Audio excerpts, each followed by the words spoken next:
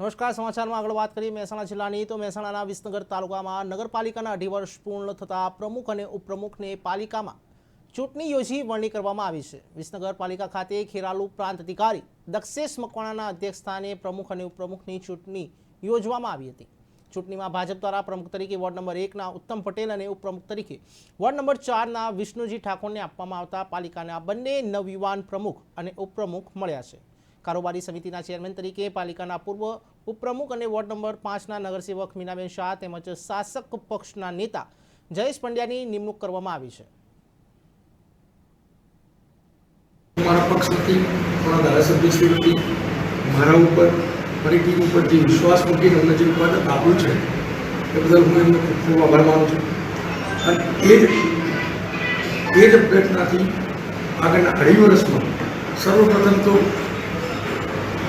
દરેક નાગરિકની સારામાં સારી એમને સેવા આપી શકીએ અને અમારાથી બનતા બધા જ પ્રયત્નો ઝડપીમાં ઝડપી નિરાકરણ આવે એવું અમારું પહેલું સર્વપ્રથમ પ્લાનિંગ છે।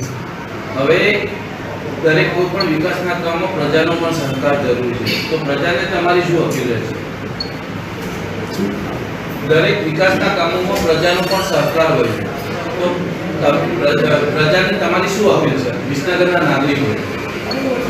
નાગરિકોને અમારા પ્રત્યે જે પ્રમાણે લોકવાયકા છે એમના અમારા ઉપર ખૂબ અપેક્ષા છે કે 2.5 વર્ષ 2.5 વર્ષ ફરીથી સરસ કામ થશે। એ જે અમારા ઉપર વિશ્વાસ છે એ અમારી ટીમ બિલકુલ સારી રીતે પૂર્ણ કરશે। જ્યારે વરસાદ પડી જતો હોય છે તો ઘણા એરિયાની અંદર પાણી ભરાઈ જતા હોય છે, એટલા માટે ક્યાંક પાઇપો નાની હોય એના કારણે જ્યારે વરસાદ બંધ થઈ જાય છે 2-3 કલાકમાં પાણી ઉતરી બી જતું હોય છે। આગામી વર્ષોમાં અમે એવું વિચારી રહ્યા છીએ કે 2-3 કલાકના જગ્યાએ અડધા કલાકના અંદર પાણી નીકળી જાય એવી ક્યાંક વ્યવસ્થા શહેરના અમે પૂરું પાડી શકીએ એવું વિચારણા છે। પછી અમુક જગ્યાએ એવી પણ જગ્યાઓ છે કે જ્યાં ગટરો ઉભરાય છે, ખુલ્લી કેનાલો જોવા મળે છે, તો એ બાબતની કેવી કામગીરી કરશે? જે વિષયો જેમ અમારા ધ્યાન ઉપર આવતા રહેશે એ પ્રમાણે એનું ઝડપીમાં ઝડપી નિરાકરણ તાત્કાલિક લાવશું એની અમે ખાતરી આપી છે।